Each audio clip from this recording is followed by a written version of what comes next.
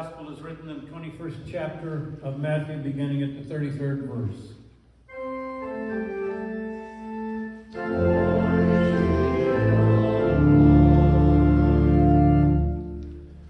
Jesus said to the people, "Listen to another parable.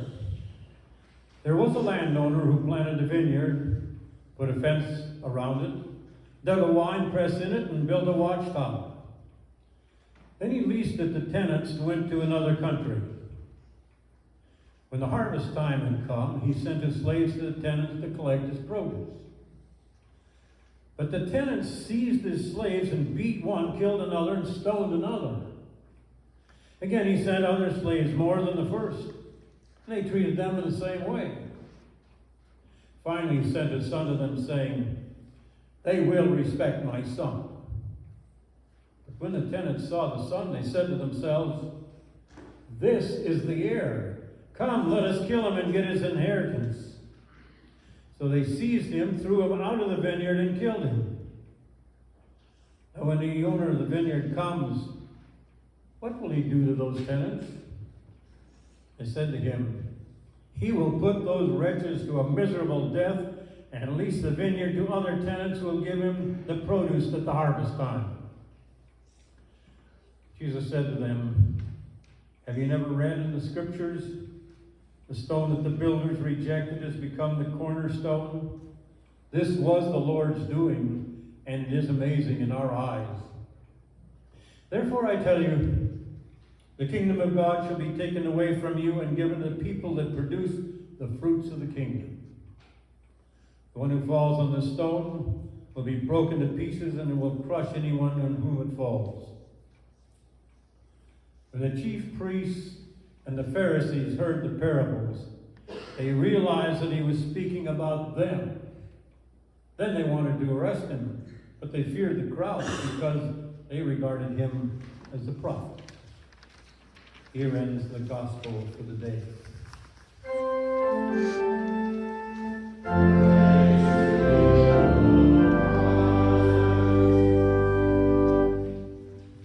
Please be seated.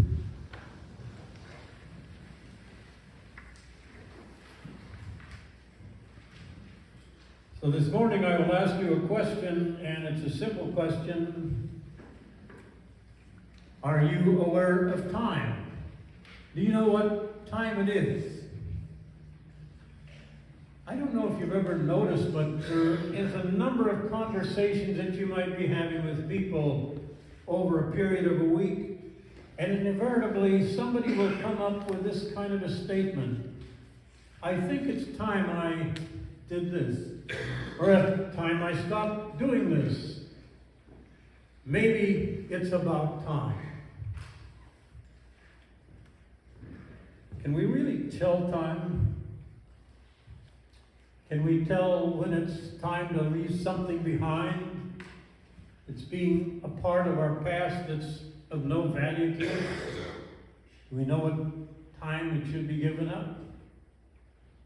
Or what about saying now is the time, the best time, that I can start something new, that I can start progressing toward my dream, do things that I wanted to do for some time? It very happens with people in the later years of their life. "Oh, I wish I'd have done this, but I still have time." We have time to change the direction we're going, and particularly our attitudes, which sometimes need to be changed. There was a young man some years ago who was a very, very great basketball player. He was in high school and set all kinds of records. He got all kinds of offers from colleges. He picked one that probably could benefit the most from his talents, and he started playing basketball. He did live up to the expectations that people had of him. The college was happy that they had him.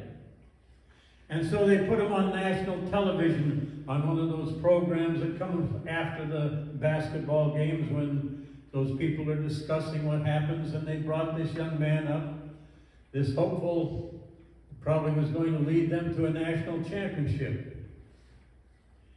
And he started to talk about himself.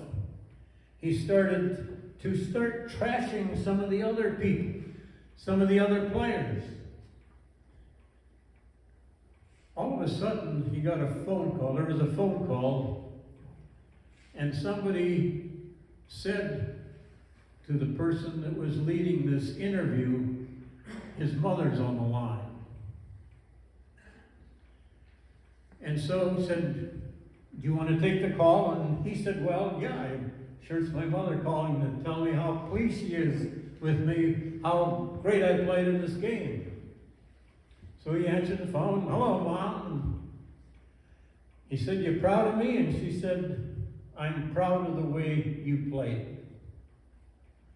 But she said, I'm horribly embarrassed by what you are saying on national television. It reflects badly upon you. It reflects badly on the family that you came from. It reflects badly on the school that you graduated from, and it reflects badly on the school that you're going to. She said, you need an attitude adjustment. And I'm just the one to give it to you. And when you come home, it will be adjusted on national television. Some of you remember the thing that was going around about George Bush the younger. Soon after he was elected president, he got off Air Force One and he started walking down the ramp in front of his wife. Before he got home, he got a call from Barbara, his mother. She said, just because you are president of the United States, do you think now you can disrespect your wife and embarrass the family that you weren't raised right? I don't think George ever walked in front of his wife again. She said, you need an attitude adjustment. Interestingly enough, that's what Paul was talking about. Oh, it's in religious terms, but this is really what Paul is talking about in his letter to the Philippians this morning. He talks about his past life, how he knew it all. He obeyed all the laws, and he told the people that he was speaking to in Philippi that if you think you're good, you got nothing compared to me as far as my past, because I obeyed all the laws. I was the one that was the sterling Pharisee. But it was all wrong. And I needed an attitude adjustment, and I got it.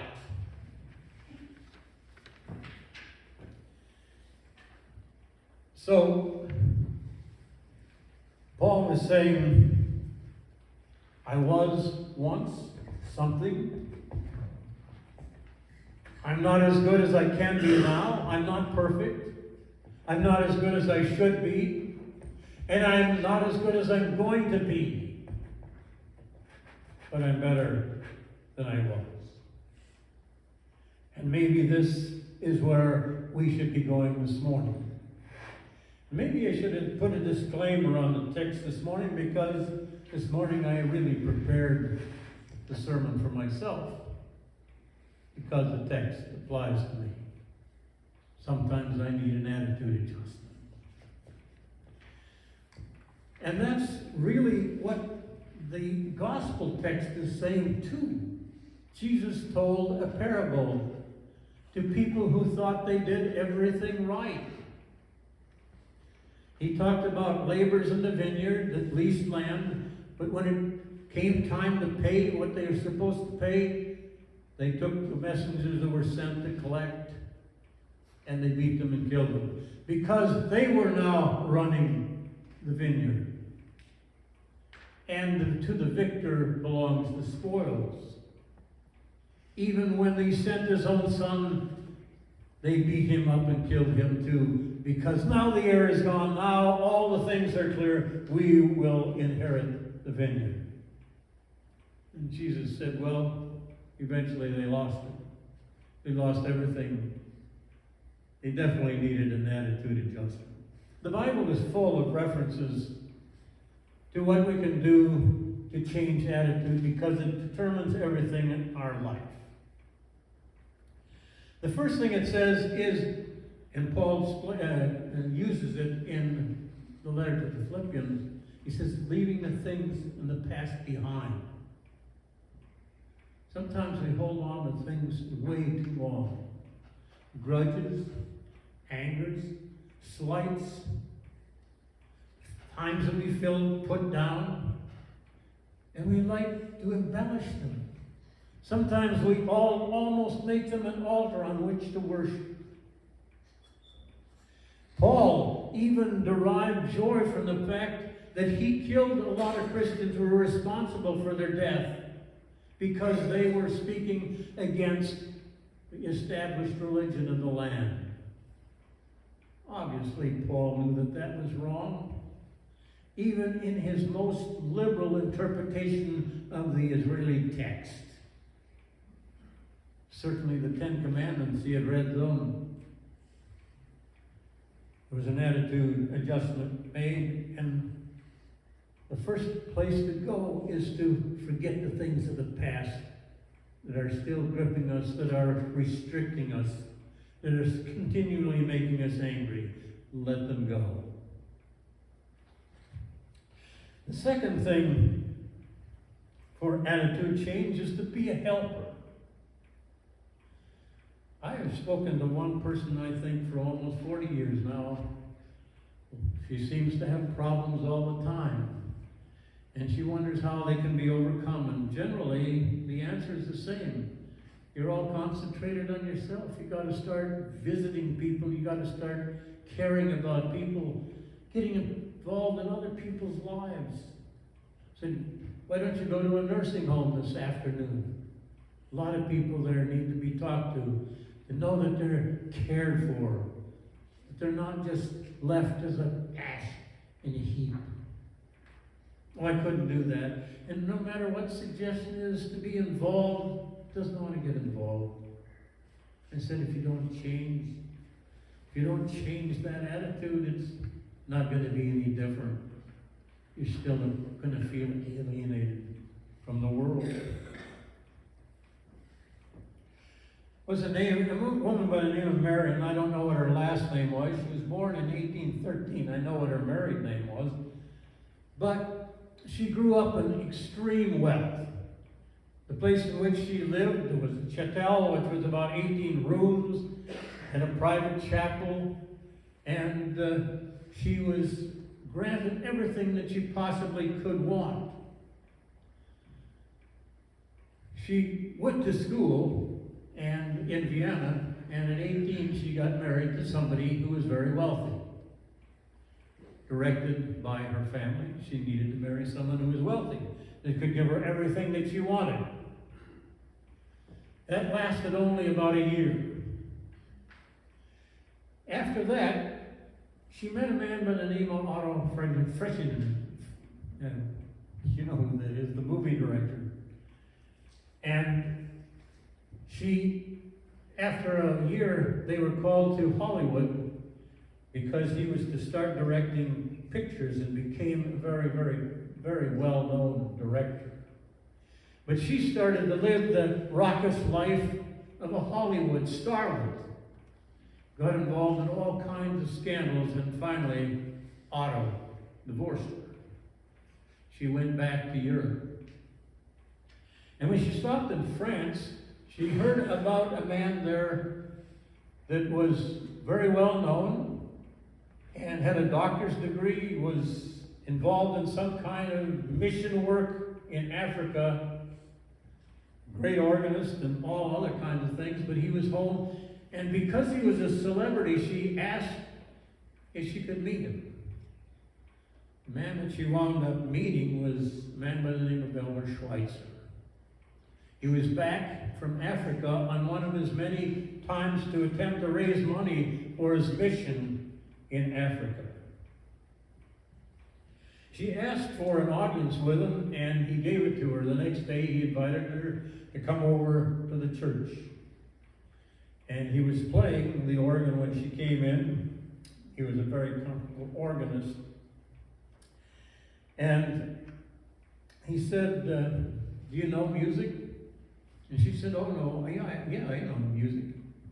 And he said, well, will you turn the pages for me when I play? And she was almost ready to say, who do you think you are? But she wanted to meet him and wanted to talk to him. And so he played for a while, and then he invited her to the family supper that night, where he was meeting with some people about supporting him in Africa. As he talked about his mission there, she became more and more interested. And before Schweitzer left, she said, can I go with you on your mission? And he told her family was horrified that she would pass away from all the wonderful things that she had and throw herself into some dark continent talking to people with different skins.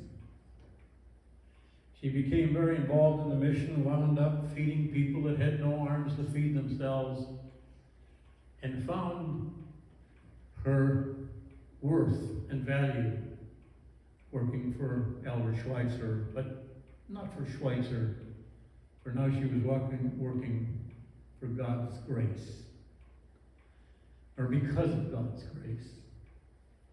And on her funeral day, she was quoted as saying, Schweitzer reminded me that there are two people.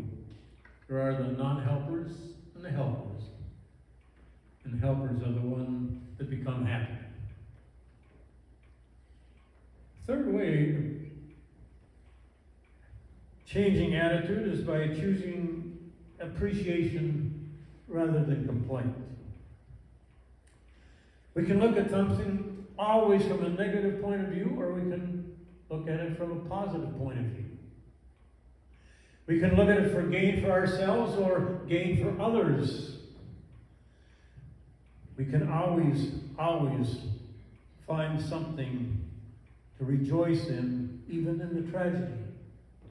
We find those in places where you would think that there would be no joy and no appreciation because people had lost everything.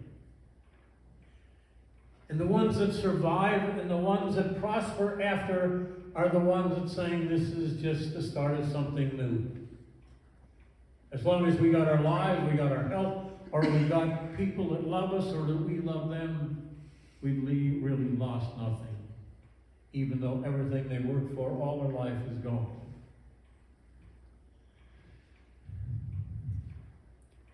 Sometimes we look at people who are trying to help us and we find fault. Very often we find fault with those who lead, particularly in the church. Find something to complain rather than rejoicing at what they have to give. We can always find something wrong with everybody that we want. But the one who remains joyful is the one who has an attitude of appreciation. Fourth thing that will give us a change of attitude is choosing to trust. Sometimes in trusting others, because there are other people that are trustworthy, but particularly in trusting in God. And Paul says this at the end of this text. Forgetting what lies behind, I press on toward the prize of the heavenly call of God in Jesus Christ. And Paul says this time and time again. I trusted in myself at one time, now I trust completely in God. And though I am stoned and thrown out of cities and laughed at and persecuted, I still have trust in a living God because He redeemed me. He changed my life and He changed my attitude. There's a cute little poem that is really a dialogue between two farmers. One who has complete trust and the other one who is questioning that trust. It goes like this. The first says, what you going to do if the river overflows? Reply, sit on the gallery and watch her go. Well, what you going to do if the hogs all drown? Wished I'd lived on higher ground. What you going to do when the cow floats away? Throw in after her a bale of hay. What you going to do if the cabin leaves? Climb on the roof and straddle the eaves. What you going to do when it comes on night? Trust in God and hold on tight. But what you going to do when your strength gives way? Say, howdy, Lord, it's Judgment Day. Very simplistic poem, but one that has, I think, a powerful message of trust. One of the great little passages of doggerel that I treasure is the one that was written by Fred Rogers. During the Nixon administration, there was a budget cuts. There were budget cuts proposed, and one of them was a cut to public television. They were going to cut the budget from 20 million to 10 million, and one of the shows that was to go was Mr. Rogers' Neighborhood. Most of you, I think, remember Mr. Rogers. And when he heard that his budget was going to be cut and the program was going to be cut, he asked to come to Congress. And he appeared before the Senate or the House Committee on Communications. And the head of that at that time was a very curmudgeon-y senior by the name of John Pastore. He had never heard of Fred Rogers, and he had never seen Fred Rogers' show, Mr. Rogers' Neighborhood. And so when Rogers appeared before him, he was kind of curt, very disrespectful to him. Rogers didn't blink at all, but he thanked him for the opportunity to come and present something to him. And after a while, he started talking about what his program was designed for. And he said, you know, I have a feeling for children, and I think children get such a bad message on television from the cartoons because they all involve violence, of running after each other, beating each other up, throwing bombs at them. And he said, how can that be good for young minds? He said, what my program does is try to show the value of each one child as if they are something precious, something unique. And only then can they begin to find the uniqueness in other children. When he had done talking, the story said, I think I'm kind of tough, but I just felt goosebumps all over myself. And Reverend Rogers said, well, I appreciate your goosebumps, but I'd like to read something else for you. One of the things from the program, it's a little poem that I like to recite. And Pastore said, well, if it makes you feel good, then you go ahead and read it. And this is what he wrote. What do you do with the mad that you feel? When you feel so mad you can just bite somebody? When the whole world seems so wrong and nothing you do seems very right, what do? You punch a bag? You pound some clay or dough? You round up friends for a game of tag and see how fast you can go?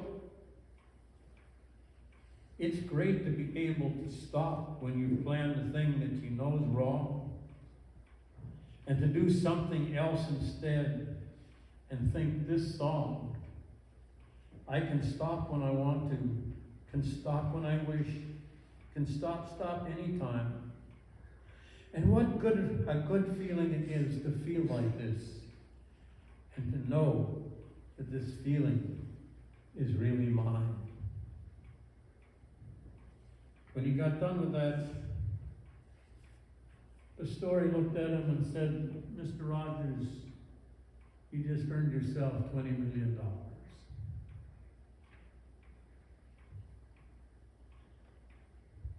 Paul's little statement in Philippians, it's said theologically, but this is what it means.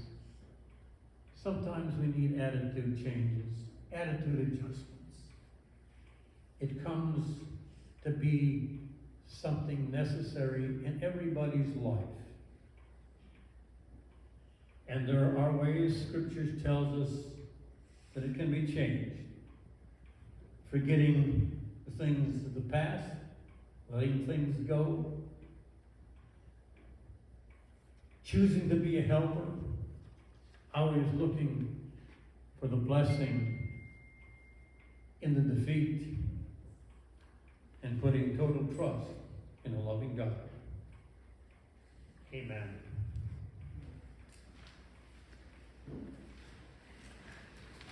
Sermon hymn, Have Thine Own Way, Lord, 37 in your blue hymn.